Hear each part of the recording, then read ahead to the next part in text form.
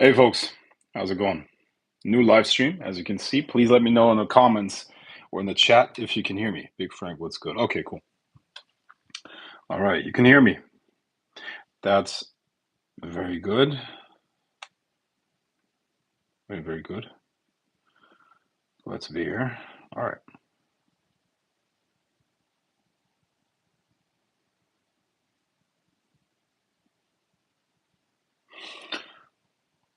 Sounds good. Okay, perfect.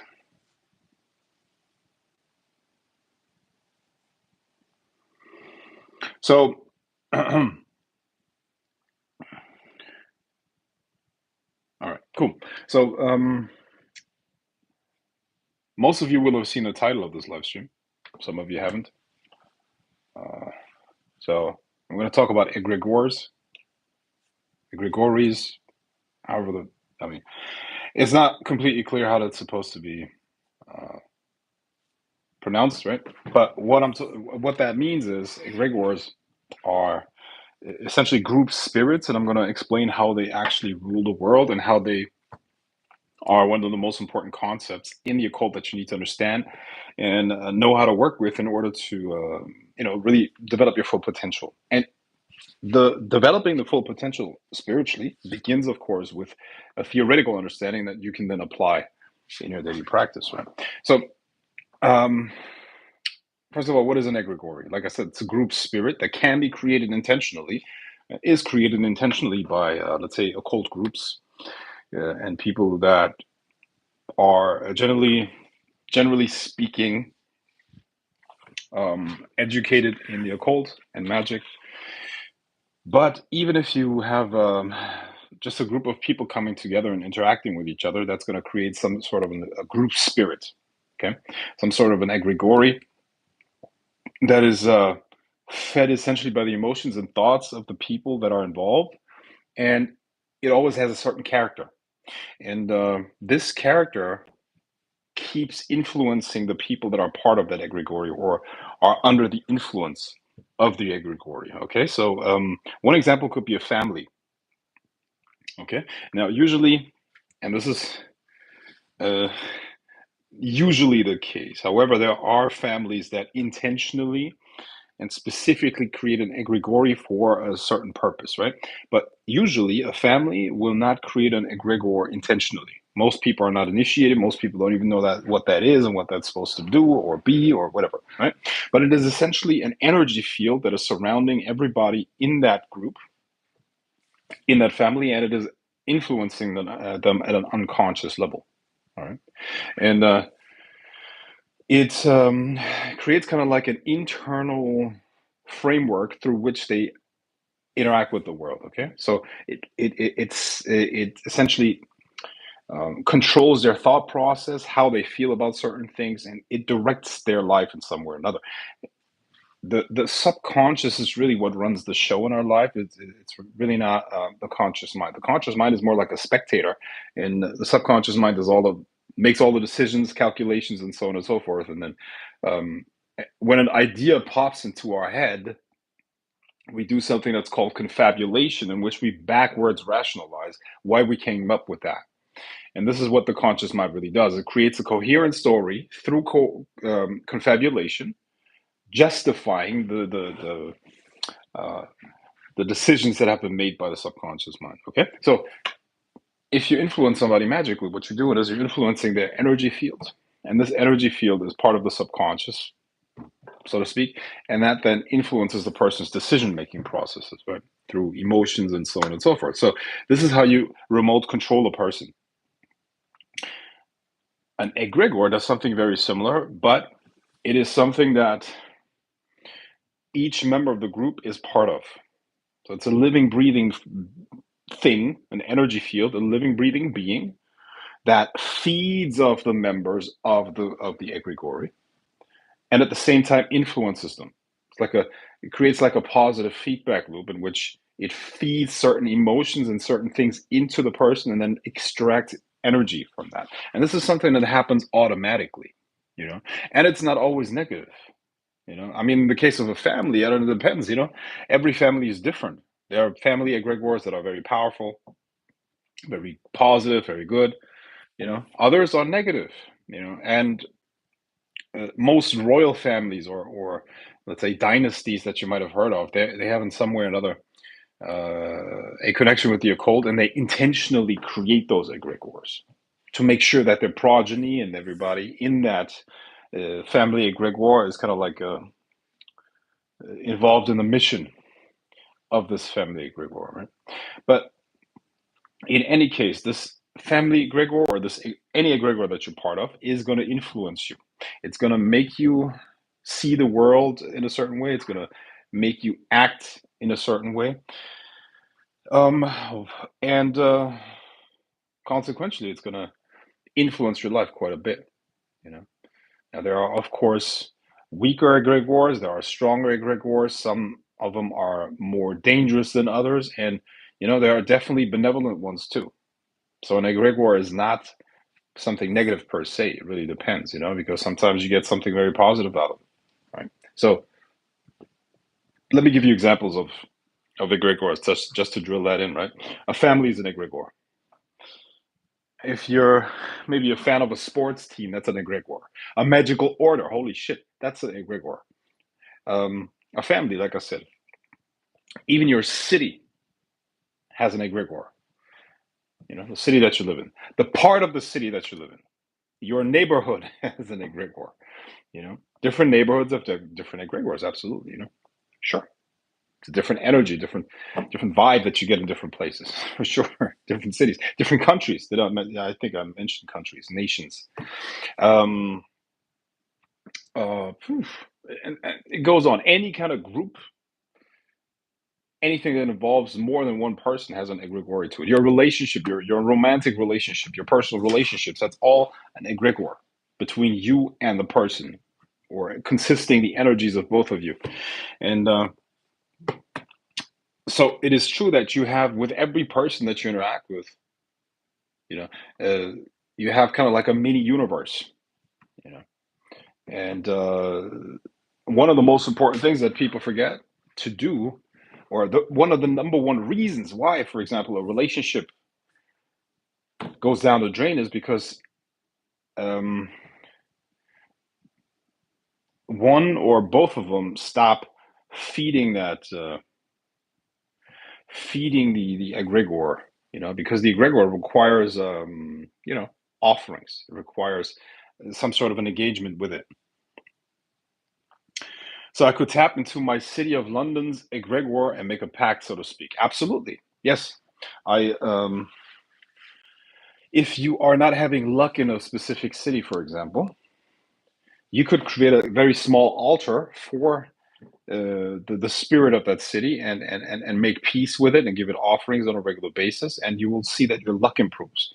So the city is now becoming your friend, and you will see that all of a sudden you begin to live a different life in that place. However, um, I mean, that is definitely a way to improve your situation. But the best thing that you could do is essentially look at your birth chart, look at the numerology that is involved in it, and then look for a city and a place based on astrocartography and numerology and all that stuff, to find a place that is naturally working well with your energy. Okay. And because different places affect you differently, for sure. you know uh, Astrocartography is essentially the science where your birth chart is laid on top of Earth. Okay. And certain lines stand for different planetary influences, so different places on planet Earth are going to be better for you when it comes to finances, others for love. And sometimes some lucky motherfuckers, they have all of these lines converging in one place, and that's that's the motherfucking city that they have to move to, right? So if you're like me, you don't have all of those important aspects aligning in one place, unfortunately. I have cities that are amazing for me, or countries that are amazing for me, cities that are amazing for me when it comes to, let's say, wealth, love, but it's not in one place. But some of you have that, so it's definitely worth checking it out if you're interested in astrocartography. Um, I stopped doing consultations a while ago, but if you hit me up on social media, I'll see what I can do. Maybe we can do a consultation where I can help you with astrocartography and help you find a good place for those things. So yes, absolutely. So some people, they have no luck in one place and they move somewhere else, and all of a sudden things just, you know, just flow. And of course, it's like feng shui on a large scale. Of course, it works, and of course that's a reality. So yeah, sometimes your bad luck is due um, to a wrong place for you. For somebody else, it's going to be different. So, if you don't have good luck in a specific place, try to do that. Try to make peace with the spirit of that place, for sure. The egregore. Hey, you can do that with a workplace too. Let's say you just got a new job and it's not working well. Do the same thing. Every workplace, every working environment, every company is an egregore. You know. And you can do the same thing with that. So let's say you got a new job and it's just a weird environment or a weird dynamic, and you don't like the people there, or they don't like you, and you're not sure how to deal with that. One of the first things that you should do is, you know, create a small altar, and an altar is really just a small, like very small spot. That's really it. You don't even need a table.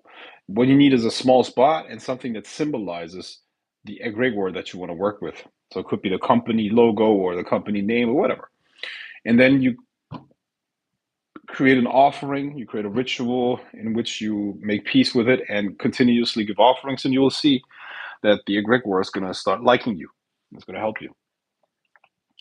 Um, Currently live on my Venus line. Greatly appreciated.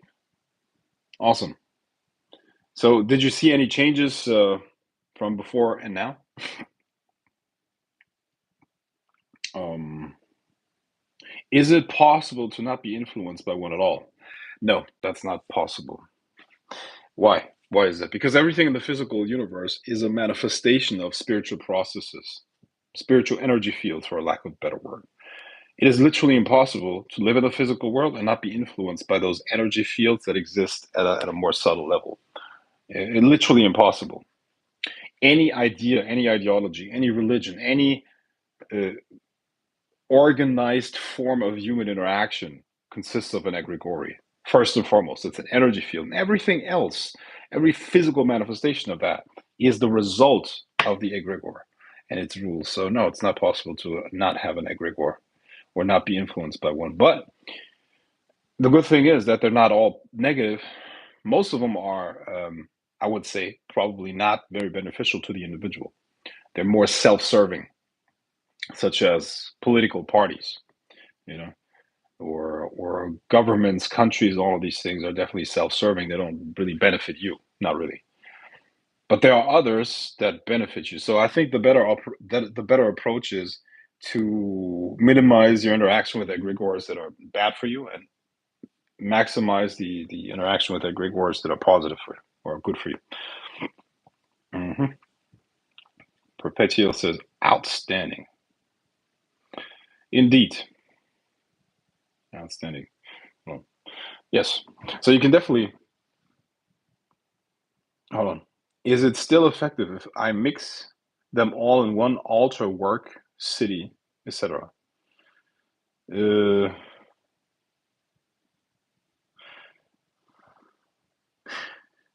uh, well, that's a good question.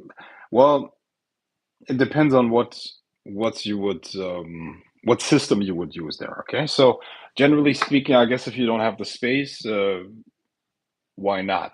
Ideally, you would do it like this. You have like when you look at feng shui, um, based on your gender and birthday, you have specific directions that stand for different aspects of your life. So you have a wisdom direction, which is more like the spirituality thing. Okay, when I say direction, it's literally direction in the like on the compass, right? North, east, northwest, north, blah blah blah, right?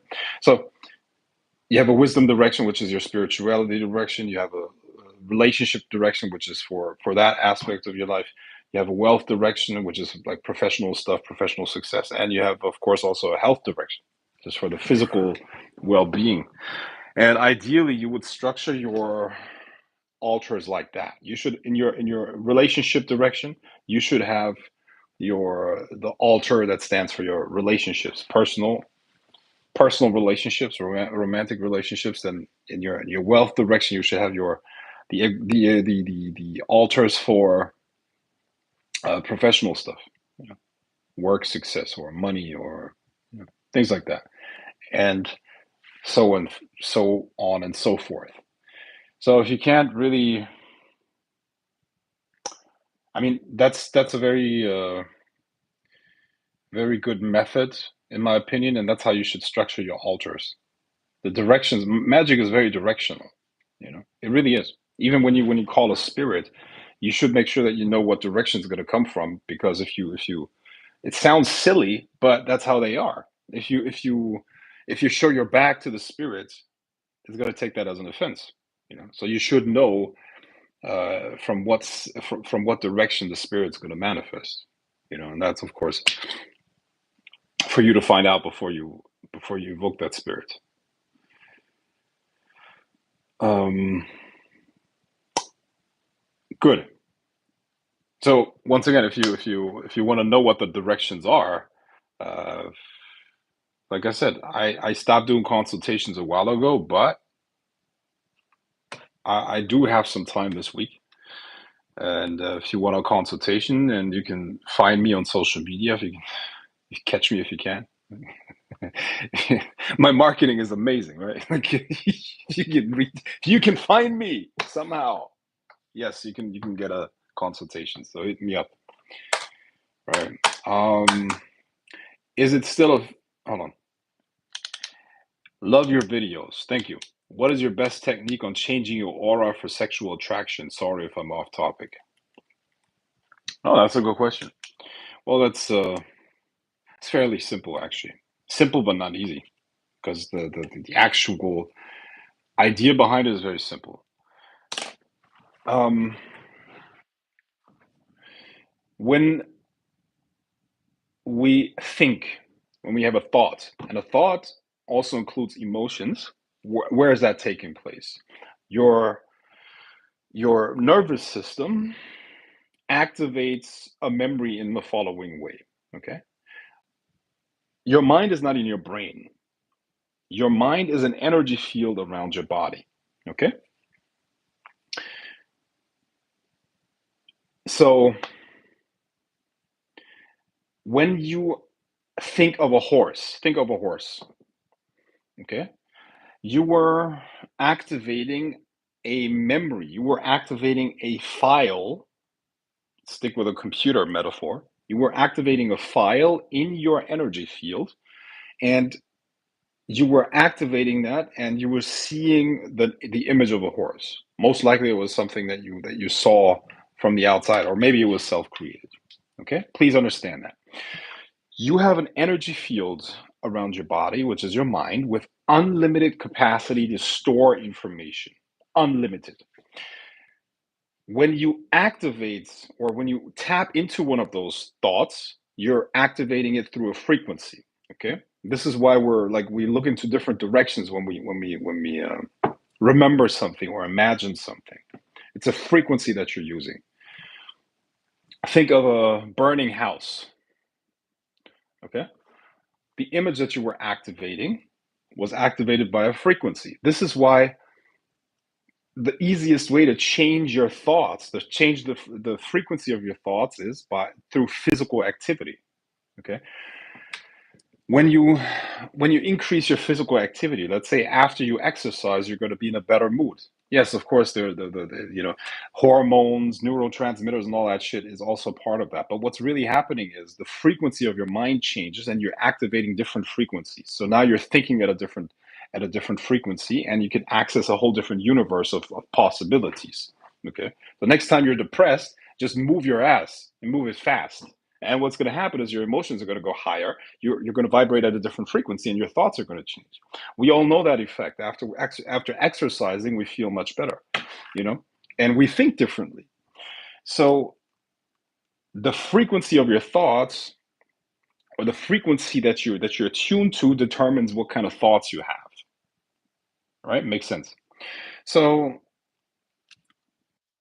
um, this works in your own mind, okay? But if you can generate a thought that is strong enough, that thought can be sort of like be pushed outside and activate the same frequency in another person's mind. Does that make sense? So you can create those, or you can tap into those frequencies and activate thoughts within your own mind, including images and emotions that are connected to that. But you can also push that outside if it's strong enough, and you can trigger that same frequency in another person. This is why when you enter let's say a public space, your thoughts are going to shift right away. Your frequency is going to shift. Why? Because most public places have a horrible energy. The frequency is low, and that will make your thoughts drop in frequency because it affects your energy field. The more resistant you are, the more you can maintain your own frequency, of course, but it's going to be hard in a very public environment, right? This is also why people with a lot of charisma, such as your favorite sorcerer, by the way, or other people, that's charisma. They have a lot of energy and they can maintain their frequency, and then when they enter a room, they shift the atmosphere in the room, you know. I promise you, when I enter a room, it could be a fucking, I don't know, it could be a fucking casino, it could be something. Doesn't even matter. The energy will shift because my energy is extremely strong. My aura is extremely strong. So I shift the atmosphere in the room if I want to. But that's really a waste of energy. But the point that I'm trying to make here is essentially this is the mechanism of psychic seduction, for example.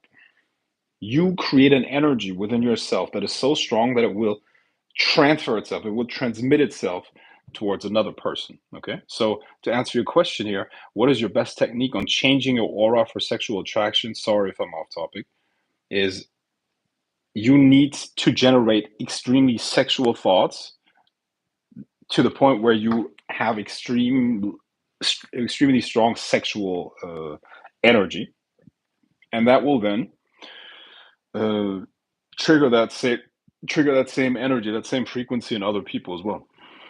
You know, and that's really what it is. So this is why, for example, this is where semen retention will probably make sense because that is maintaining your own energy, and it's probably going to give you an extra boost there.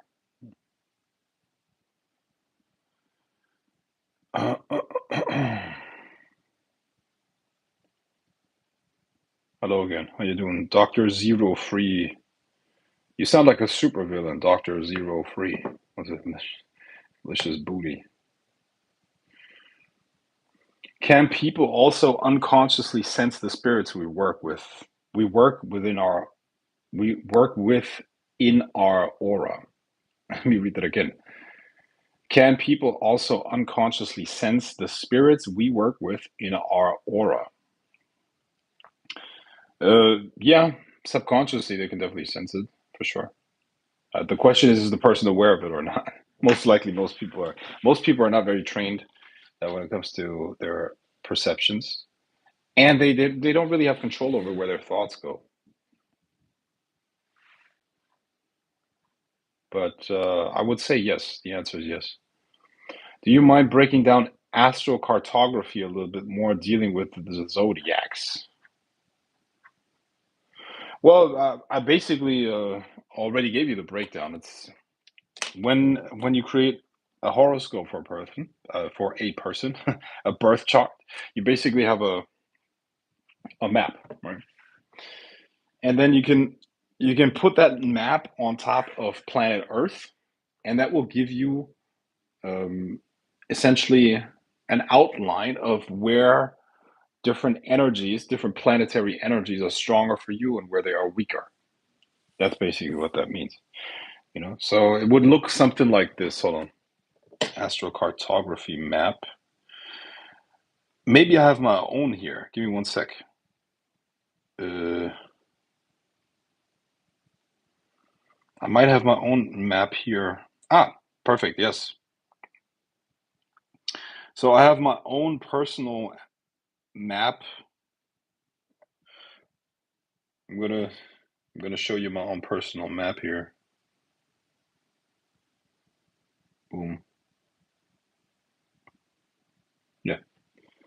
So this is my own personal map. When you look close here, this is um, where all of those converge is here in Germany, where I was born. This is southern Germany. This is pretty much Munich, and this is where all of those converge. So from my birthplace, all of these energies expand, and they will work differently in different places. For example, where I was born, my Venus operates in my 12th house, which is horrible for relationships, right? But if I were to move to, I mean, pretty much anything outside of the 12th house is great. But if I were, for example, let's say I go to Amsterdam, I would have phenomenal success when it comes to the ladies. Why? Because Venus would operate in my first house, and it's super easy getting chicks and all that. Yeah, listen, I never had problems with the ladies. Okay, don't want to toot my own horn, but I was never, I never had a big problem with getting women. But uh, that's different from having a happy relationship. So if I wanted to have a happy relationship in Munich, that would probably be pretty much impossible because my Venus operates in the 12th house there. But if I was in Paris, for example, that would work. If I was in, let me see, the places in the States.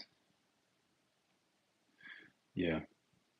So what I'm trying to say is essentially the details are not that interesting, right? But you have essentially a birthplace, and based on that birthplace, different places work different when it comes to your own personal energy, and on top of that, with they interact with the planetary energies as well.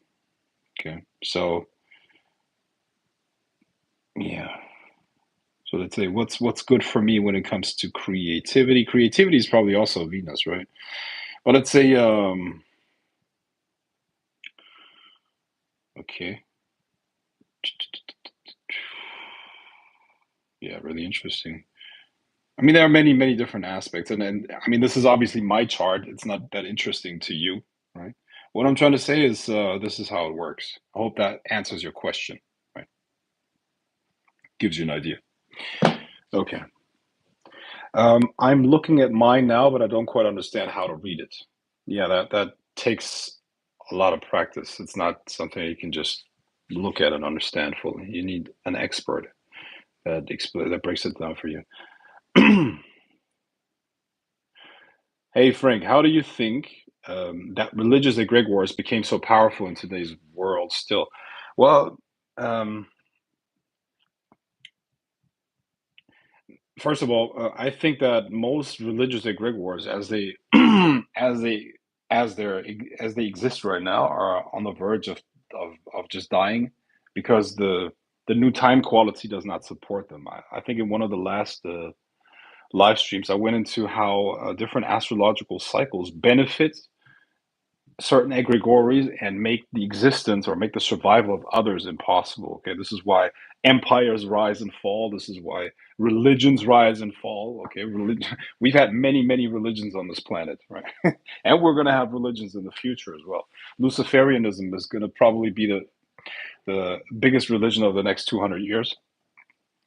All of these others, I know it looks like Islam is on the rise and all that stuff. So that all monotheistic religions are not compatible with what's coming, with the air epoch that we're already in, and it's now speeding up. Since 2020, we've been in the air epoch. The first 5 years are kind of like the breakdown, so um, or the transition phase. So from 2025 onwards, we're already there. We're going to have a speeding up of this. Everything is going to change in terms of. I went into that in one of the last live streams, and we're moving into the age of the magician. Okay, age of the magician, which is very much connected to Uranus and Aquarius, and the new religion is going to be Luciferianism. You know, much more compatible with this new level of consciousness and the energies that are speeding up. Remember what I said earlier about psychic seduction and psychic and frequency and how that affects the mind. The astrological cycles are changing, and now the energies that are affecting the planet are changing, and that's of course going to have an effect on the mind and the frequency. We're resonating with different thoughts. Everything's vibrating faster and faster and faster. You know, the problem is that a lot of people in the collective unconscious are still holding on to the old ideas from the last epoch. They want strict systems. They want to go back to a strong leader, an individual that they can follow, whether that's fucking. I'm not even going to say names, right? But who's out there trying to go back, to this strong figure, a Caesar figure, or whatever, right? I'm not even saying that. When we're talking about these epochs, we're talking about time frames of more than 200-300 years. Okay, yeah, people will try to go back, but this is not something that can be maintained. The world order is changing, technology is changing, everything is changing, and the philosophies must adapt. And a lot of people, I mean, it's also different for different countries. I mean, when I'm saying different for different countries, I'm saying that certain countries and their egregores have an easier time adapting than others. Let me give you an example. A German egregore, for example, has a very, very hard time adapting. That's why Germany is falling apart right now, and it's going to take a while for Germany to move into this new phase. Who's going to have an easier time? Many other countries. It really depends on. I mean, you would have to look at country, or you would have to look at each country individual, because each country has an individual egregore, including a birthday, and that which gives it certain characteristics. Numerologically, you can also, of course, look at that, right? But the bottom line is, this new phase that we're in, this new epoch, is going to affect different egregores differently, and it's going to affect humanity differently. So this is why people are still trying to integrate these new energies. It's only going to speed up. This is why you feel like everything's upside down. Since 2020, everything's been upside down. People are losing the ground under their feet. This is why. Nothing's stable anymore. Nothing's solid.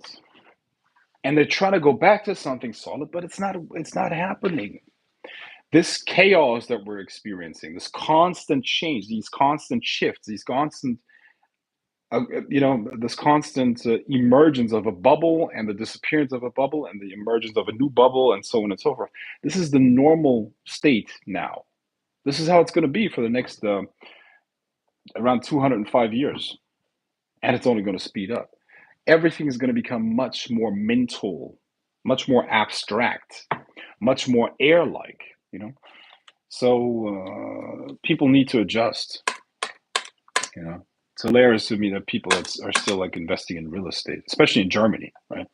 Like I'm talking to this guy recently, a real estate investor in Germany. I'm like, yeah, that's really good. It's good. It's a good plan for retirement, right? That guy's like 30 years old. Good plan for retirement. I'm like, motherfucker. I didn't say motherfucker, and I didn't say it like that. I didn't want to sound like an obnoxious asshole. But I said, like, have you seen the birth rates in Germany? And have you seen the taxes here? And have you seen how little sense it makes? Like, there are not going to be any tenants in 10 years from now. Like, who's going to rent that? Who's going to rent? The people are not going to be here to rent that shit. So it really doesn't make sense. It's just a scheme. Real estate in general, especially if you're not doing it commercially at a large scale with a minimum of 100 units or something like that, is a money making scheme for the banks. It's not for the wannabe investors. Okay. Let's continue with the questions. I tried attraction spells, but I learned that energy enchants my sexuality to the point I'm over sexual and not productive how I want to be. Uh-huh. Okay, interesting. With the dying out of the old religious egregores, will this impact our work with angels, demons, and spirits related to those currents? Yes, absolutely it does. Now, they're still going to be able to do things for you, yes, but as a the the religious egregore itself as a force that um, you know shapes politics or even has a grip on people's emotions and emotional involvement with them, that's what's going to disappear. When I'm talking about an egregore, I'm talking about uh, something that has an effect on how people structure their consciousness and how it influences politics and structures societies. That's what I'm talking about.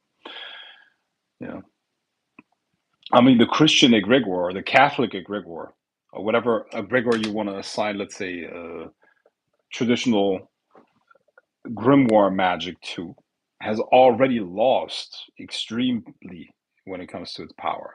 Okay, I mean, obviously the Catholic Church is nothing like in terms of its power and influence is nothing compared to what it was in the 15th century today, right? But doesn't mean you cannot work with the spirits that are associated with that. I mean, when it comes to grimoire magic, or let's say the Goetia, there are probably three traditions that are most associated with it. Number one would be Catholicism. Okay, Catholicism, then Hermeticism, probably, and the third one, um, the Talmud or the Kabbalah. Jewish mysticism, essentially. Those are the three that are associated with that. And they're all nothing compared to what they used to be in 500 years ago or 1,000 years ago. The Inquisition used to be, being the Pope used to be the biggest deal, right? But the point is that I'm trying to make, of course, in the background, the Pope still has power. And let's not go into that. But what I'm trying to say is religious egregores have lost power, but you can still work with those entities. It's a good question that you asked, but an egregore and its political influence and how it shapes world history and the entities that are associated with that egregore and ritual magic and all that stuff, that's two different topics. Um, so to see if your planets would benefit you more in another country, would you put in your birth date like you were born in that country? That sounds very interesting. No, you would get a software that creates maps for astrocartography analyses. And you would put your normal birthday, including the place, into that software, and it will create a map for you that will imprint that stuff automatically. Okay. Nick Church, well, Frank, what do you think will be the best countries to live in going forward? Once again, that's not something you can answer. Uh, that's not something you can answer collectively. That is an individual thing. Some people are going to thrive here, some people are going to thrive there. That's why it's so important that you understand your own energetic makeup. That's why it's so important that you understand your astrology. That's why it's important that you understand your numerology. And all of that combined is going to give you an idea of where you're going to thrive. You know, I've been thinking New York City for me recently. I'm kind of like all over the place. I'm not necessarily locked into one country uh, or one city. Obviously not. I'm traveling a lot. I'm all over the place constantly. And I was thinking New York City recently because New York City is really works very well with me energetically. So, but it's definitely not going to be the only place. It's like I have to have multiple places to live. Why do people lose their mind doing Solomonic rituals? Well, I wouldn't formulate it like that. It's not a generality. I mean, you're stating it as a fact for everybody, which is definitely not the case.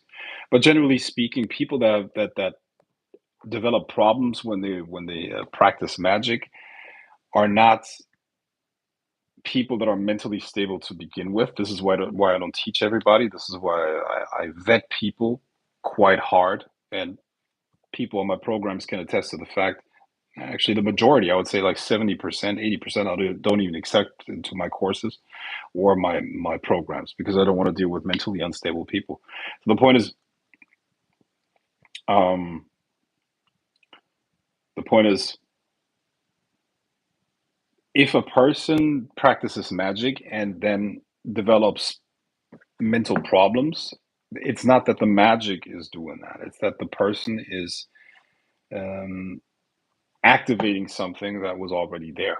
Okay, so I don't think it's the fault of any Solomonic rituals or spirits. It's the person that is either not following the rules or has mental problems to begin with. And mental problems, what does that mean? Everybody has mental problems. Everybody has like a bad day or this and that and the other. No, I'm talking about serious issues, serious issues. And doesn't mean that 70% of people that try to get them to my courses have serious mental issues or like schizophrenic or something like that. No, of course not. That's what I'm saying. But it's not just that. If listen, magic is something so no homo. It's really intimate, Like, what do you say these days? No diddy, no homo. I don't know. Fuck, whatever. It's like it's something very personal. And if the energies don't jive and stuff like that, it's not. It's just not authentic. So you need to really be okay with the person in order to teach them that. I see what that. Does that make sense? So maybe that's a compliment to everybody who's on my programs. I think I really like you guys. Um, to the once again, no homo, but to the extent where we can share really, really intimate things, no homo. Oh, man, everything I'm saying sounds so gay. Gee, but you get what I'm saying, all right? So for the homies, all right. Uh,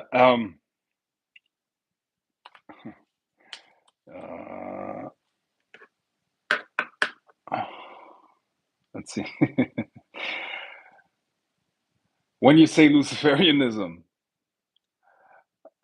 is going to be the new religion, what does that entail? Worshipping and feeding the actual entity Lucifer is more of a state of mind. Oh man, that goes far. No, it's like freedom. It's like breaking barriers in the spirit realm and increasing your power and control. And it's growth. It's freedom. Breaking down of old structures and new evolutionary heights, so to speak. Completely unrelated, but I wonder if you follow the UFC MMA world. If so, who are some of your favorite fighters? Absolutely, I follow the UFC and MMA. Absolutely, one of my favorite sports. Uh, okay, my favorite fighter, John Jones. I think I don't maybe not his personality, but he's. I mean, when it comes to fighting, he's probably the best. I would love watching his fights because he's a straight up killer, and it's some of the like he's in like there are many fights in which he's just an executioner, and I love that. I love people that get into a ring and are just they turn into straight killers. I love that, and he's one of those. He's done a lot of things outside of the ring that are not cool, but he's not alone with that. And fighters, generally speaking, they can't be normal people. If you're a professional fighter, you're definitely not normal. So who's surprised that they fuck up outside of the ring a lot, right? So uh, John Jones is probably my favorite. Yes. Yeah. Okay. You should come to Atlanta, Frank. I was in Atlanta, not for long, but I liked it. It was good. I wasn't. It was more like a visit. The Bronze Zone. What's up, Frank? How you doing?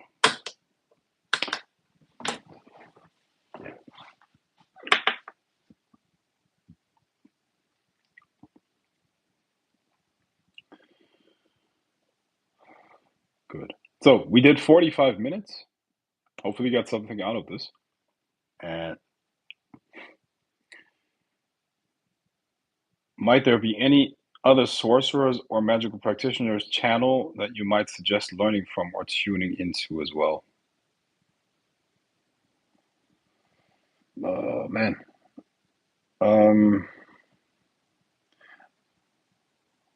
There are authors that I could maybe recommend. I really like Dr. Stephen Skinner. He's great. Dr. Stephen Skinner. I like the old guys, to be honest. I like the guys that are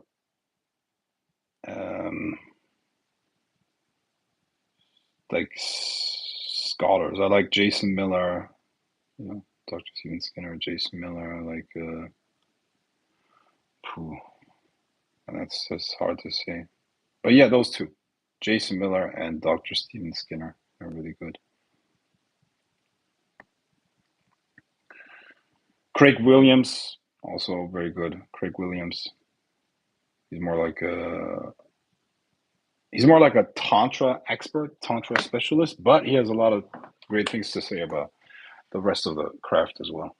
So the list goes from top to bottom. Man, I don't want to create that list, but okay, if I really have to create a ranking, it's Dr. Stephen Skinner, number one. He's also a feng shui expert. Then number two, Craig Williams, and number three, Jason Miller. Those three I'd recommend. Okay, good. I'm going to wrap this up now. And hopefully you got something out of this. I'll talk to you soon. Peace. Bye-bye.